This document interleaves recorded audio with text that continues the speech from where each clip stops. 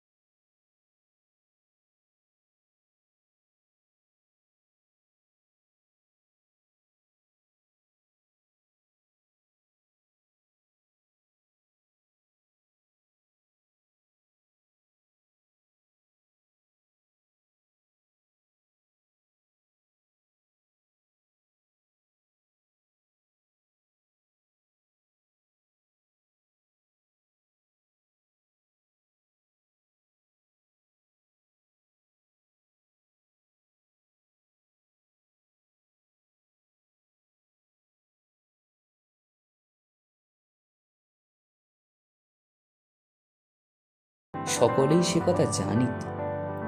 1857 সালের মার্চ মাসের শেষ দিকে যখন দুর্যোগের ঘনঘটা ভারতবর্ষের রাজনৈতিক আকাশ কালো করিয়া দিয়াছিল, বিজয়নারায়ণ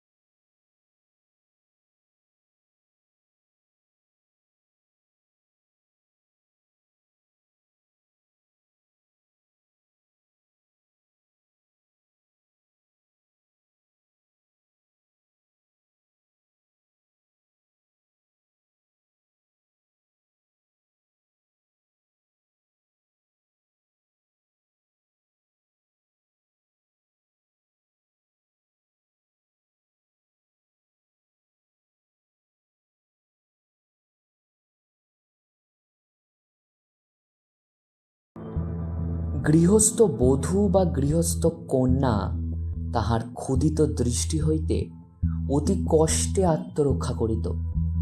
সারা দিন পথে পথে পাখি মারা বন্দুক কাঁধে লইয়া পাখি মারিয়া ফিরিতেন। সে পথে কোনো স্ত্রীলোকের বাহির হইবার সাহস ছিল না। আর তাহার সঙ্গে থাকিত কানা কালু সর্দার।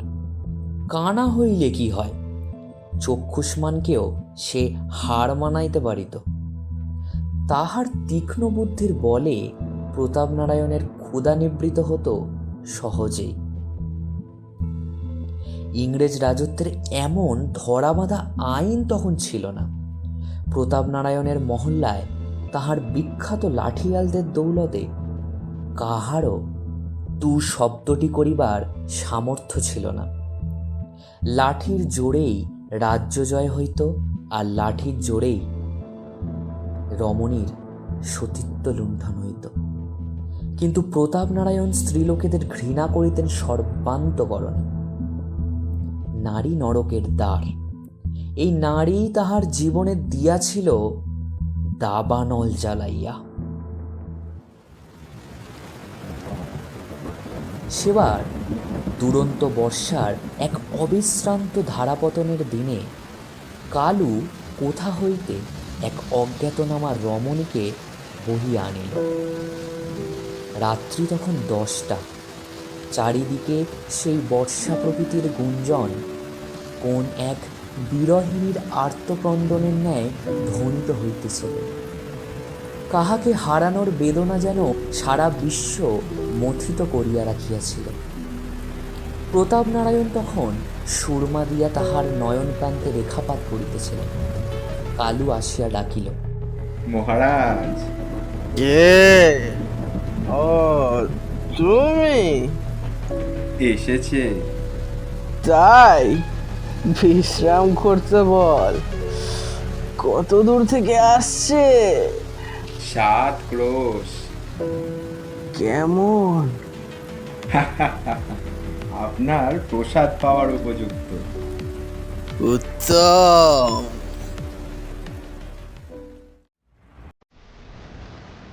প্রতাপনারায়ণ দ্রুত সাজ সমাধা করিয়া প্রমোদ গৃহে উপস্থিত হইলেন।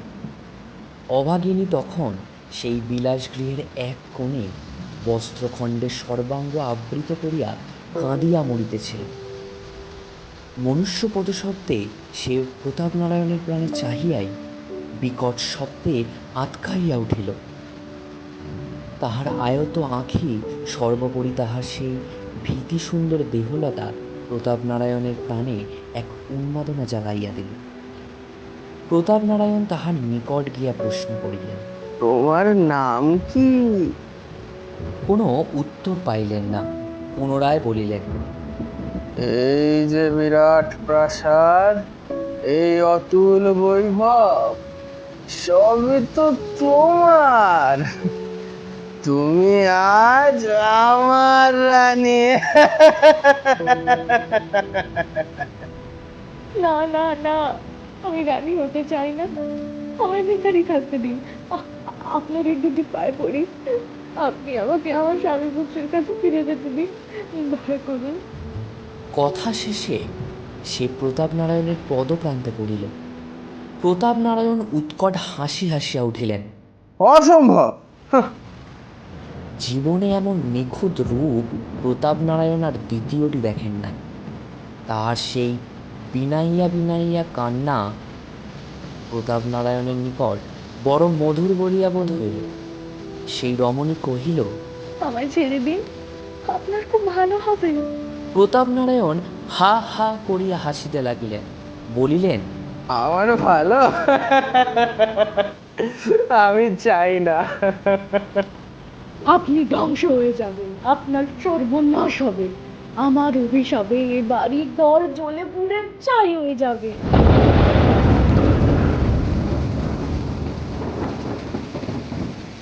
প্রতাপনারায়ণ শিহরিয়া উঠিলেন। সে পুনরায় বলিল, যদি আমি যথার্থ সতী হয়ে থাকি, এ চৌধুরী বংশ ধ্বংস হয়ে যাবে।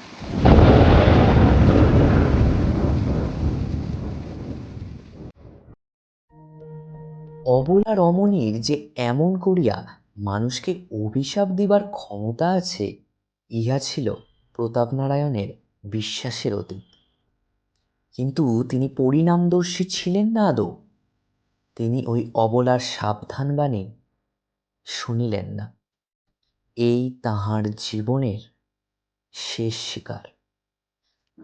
পরদিন সারা প্রাসাদে একটা দুর্বনেয় বিষাদের ছায়াপাত হইল। সেদিন হইতে সেই রমণী আর উঠিল না বা আহার গ্রহণ করিল না। 2 দিন পূর্ব হইতেই সে উপবাস করিতেছিল। তিল তিল করিয়া সে শুকাইয়া মরিতে লাগিল। সকলে মূক ও বিস্ময়ে অভাগীর পানে চাহিয়া রহিল। প্রতাপনারায়ণ ভয় ব্যাকুল চিত্তে গৃহত্যাগ করিয়া চলিয়া গেলেন। উহার বিষাক্ত দীর্ঘশ্বাস সহ্য করিবার সাহস তাহার ছিল না। 3 দিন 3 রাত্রি অসহ্য যন্ত্রণা ভোগ করিয়া অভাগিনী প্রাণত্যাগ করিল। পরিশেষে রানীশ্রী ক্ষীরোদা সুন্দরীও তাহার দীর্ঘকালের সুচিতা ত্যাগ করিয়া এই নরককুণ্ডে আসিয়াছিলেন অভাগিনীর কাছে ক্ষমা প্রার্থনা করিতে, স্বামীর কল্যাণ কামনায়। কিন্তু তাহার সে প্রচেষ্টা ব্যর্থ হইল। যদি আমি যথার্থ সতী হয়ে থাকি, এ চৌধুরী বংশ ধ্বংস হয়ে যাবে। এই বলিয়া সেই তেজস্বিনী নারী শেষ নিঃশ্বাস ত্যাগ করিল। এই ঘটনার 7 দিন পর প্রতাপনারায়ণ ফিরিয়া আসিলেন, কিন্তু জীবিত নয়, মৃত। পথে তাহার সর্পাঘাতে মৃত্যু হইয়াছে। সূর্যনারায়ণও পিতাকে অনুসরণ করিয়া চলিলেন। অল্প বয়সে সম্পত্তির মালিক হইয়া মোসাহেবের সহায়তায় তাহার ক্ষয়িষ্ণুপ্রায় সম্পত্তি ক্রমে ক্রমে নিঃশেষ হইয়া আসিতে লাগিল। পিতার ন্যায় তিনিও ছিলেন অপরিণামদর্শী। ভবিষ্যতের কথা ভাবিবার অবকাশ তাহার ছিল না। পরশ্রীতে লোভ তাহার ছিল না সত্য, তবে তাহারও নেশা ছিল। শহর অঞ্চল হইতে সব বিখ্যাত বাইজিয়ানা নেশা তাহাকে পাইয়া বসিয়াছিল। তাহার জন্য তিনি মুক্ত হস্তে ধনব্যয় করিয়া যাইতেন। লখনৌ, দিল্লি, আগ্রা, বেনারস, লাহোর, বোম্বাই, কলিকাতা ইত্যাদি সব শহরের সুপ্রসিদ্ধা বাইজিগুলের পদরেণুপাতে তিনি তাহার পিতৃপিতামহের পবিত্র প্রাসাদ ধন্য করিতে মাতিয়া উঠিয়াছিলেন। তিনি দিন রাত তাহাদের সুরলহরীর ও রূপমাধুরীতে মগ্ন হইয়া থাকিতেন। বিবাহ করিয়াছিলেন যথাসময়ে, যদিও পিতার ন্যায় তিনি তাহার পত্নীকে ঘৃণা করিতেন না, তথাপি তাহার দিন কাটিত বাহির বাড়িতে। গভীর রাত্রে অতিরিক্ত তাগাদার ফলে মাঝে মাঝে টলিতে টলিতে অন্দর বাড়ি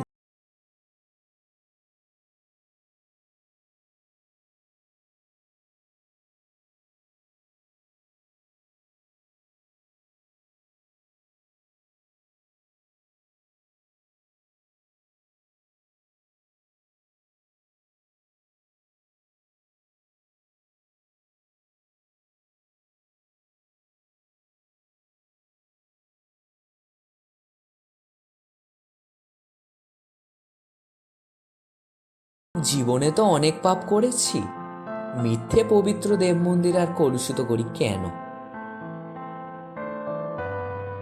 অকস্মাৎ একদিন সূর্যনারায়ণ কাহাকেও কিছু না বলিয়া না কহিয়া অতি অসময়ে বিষসূচিকা রোগে দেহত্যাগ করিলেন।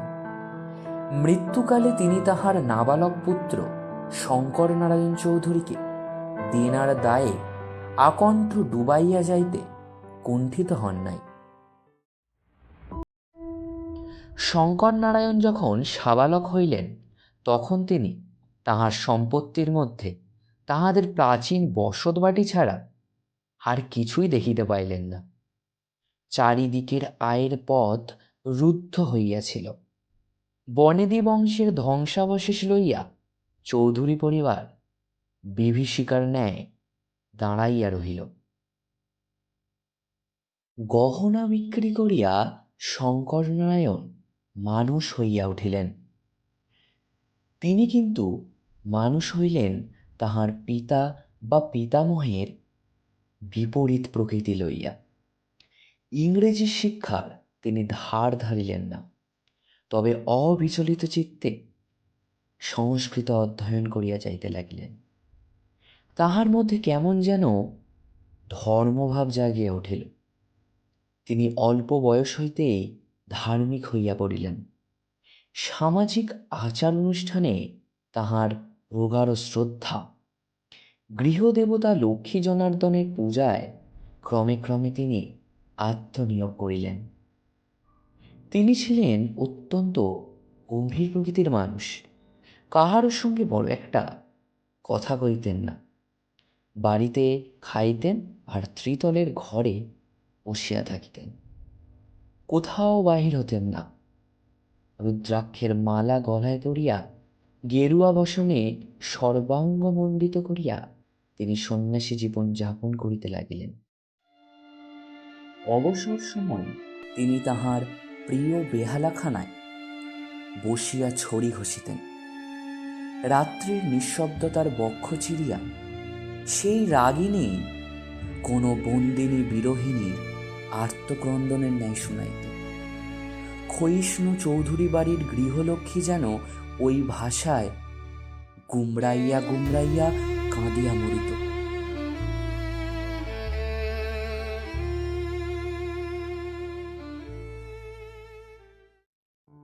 শঙ্কর নারায়ণও তাহাদের বংশের ধারা বজায় রাখিয়া অল্প বয়সে বিবাহ করিয়াছিলেন এবং খুব অল্প বয়সেই তাহার পুত্র হইয়াছিল। তাহার পিতৃপুরুষদিগের ন্যায় তিনি তাহার পত্নী কল্যাণীকে ঘৃণা করেন নাই সত্য, তবে তাহাকে যে ভালোবাসিতেন এ কথা হলক করিয়া বলা যায় না। তিনি পত্নীর প্রতি তাহার কর্তব্য সম্পাদন করিতেন মাত্র। সারাদিন প্রায় তাহার গৃহদেবতার ধ্যান ধারণায় কাটিত। তিনি নিত্য অত্যন্ত সুচিতা সহকারে দেবতার আরাধনা করিতেন।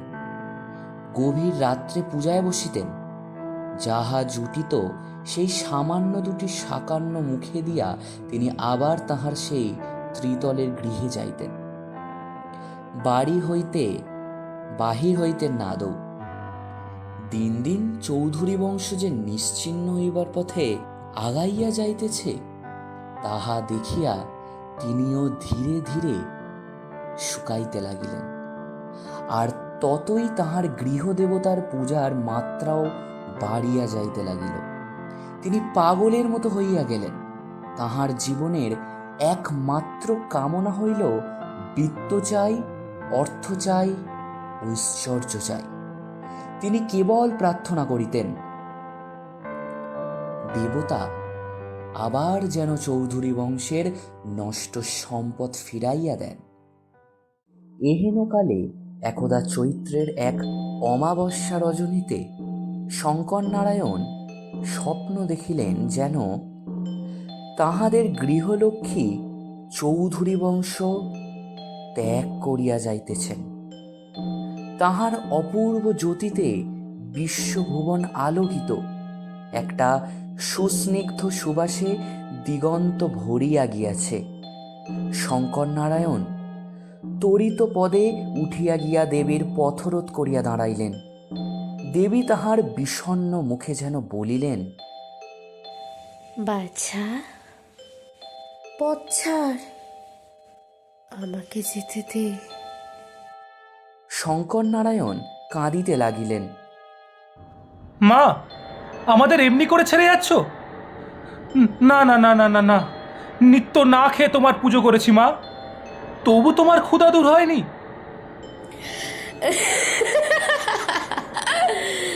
না, রক্ত চাই আমার। কার রক্ত মা? তোর ছেলের।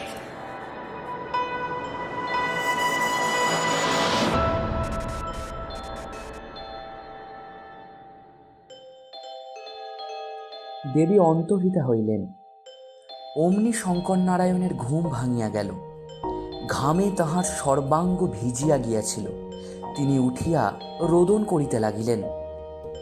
রাক্ষসী, এ কি পরীক্ষা তোর? তখনও তাহার সেই গৃহে দেবীর পদ্মগন্ধ বিচ্ছুরিত হইতেছিল। শঙ্কর নারায়ণ বিচলিত হইলেন না।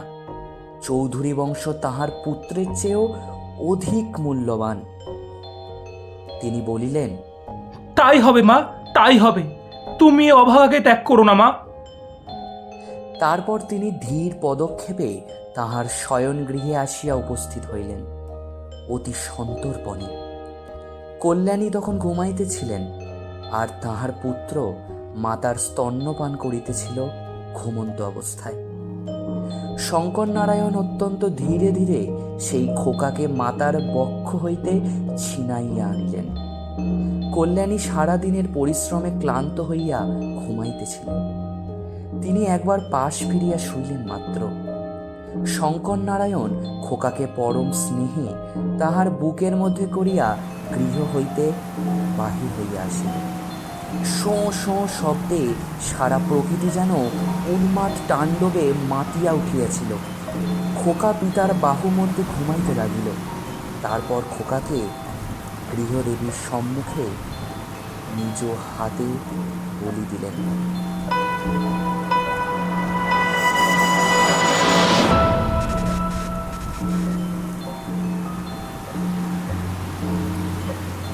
একবার হয়তো সে কাঁদিয়াছিল, কিন্তু বাহিরের সেই ঝড় জলের মধ্যে সে কান্না হয়তো শোনা যায় না। রক্ত ধারায় সারা গৃহ ছাইয়া গেল। ভয়ে বিস্ময়ে তিনি কিন্তু দিশেহারা হইলেন না, বা বেদনায় মুশাইয়া পড়িলেন না। হোমের জন্য যে বালি ছিল তাহা আনিয়া সারা রাত্রি তিনি সেই রক্তচিহ্ন মুছিতে লাগিল। চৌধুরী বংশ বড় হইবে, জীবনের এই একমাত্র আকাঙ্ক্ষা আজ তাহার পূর্ণ হইয়াছে। এই সান্ত্বনায় পরম তৃপ্তিতে সেই বালির উপরই রাত্রি শেষের দিকে তিনি ঘুমাইয়া পড়িলেন। দিনের আলো ফুটিতে না ফুটিতে কল্যাণী উন্মাদিনীর ন্যায় ছুটিয়া আসিয়া স্বামীকে জাগাইলেন। ওগো, খোকা কোথায় গেল? শঙ্কর নারায়ণ স্ত্রীর পানে চাহিতে পারিলেন না। খোকার মৃতদেহ তখন ভাগীরথীর খরস্রোতে কোন দূরান্তরে ভাসিয়া গিয়াছে। সেই রক্তমাখা বালুকারাশি তাহার শেষ চিহ্ন। কল্যাণী আবার ডাকিলেন, ওগো, কথা কও, কথা কও, আমার খোকাকে তুমি এনে দাও। শঙ্কর নারায়ণ আর কোনো কথা বলিতে পারিলেন না। জীবনে আর তিনি খুব কমই কথা বলেন। যাহা হইউক, ব্যাপারটা আর চাপা রহিল না। বুদ্ধিমতী কল্যাণী ক্রমে ক্রমে সমস্ত ব্যাপারই অবগত হইলেন। সারা দিন তিনি আর উঠিলেন না, খাইলেন না। সেই দিন রাত্রে তিনি কুলপ্লাবিনী জাহ্নবীর পুণ্য স্রোতে আত্মবিসর্জন দিয়া তাহার বড় আদরের খোকার সহিত মিলিত হইলেন। ব্যাপারটা ক্রমে ক্রমে রাষ্ট্র হইয়া পড়িল। এ ঘটনার কিছুদিন পর শঙ্কর নারায়ণ চৌধুরীকেও আর পাওয়া গেল না। আজ পর্যন্ত তাহাকে পাওয়া যায় নাই। সে আজ 50 বছরের কথা।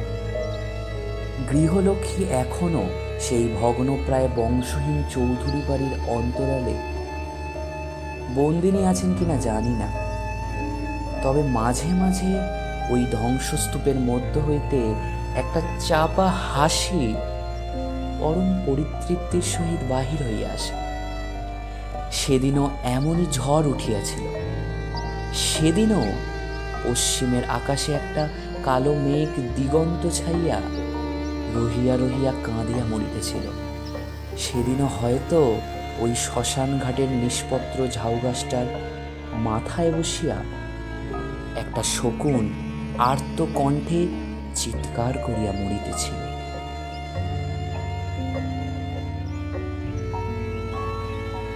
শুনছিলেন বিভূতিভূষণ বন্দ্যোপাধ্যায়ের লেখা অভিশাপ।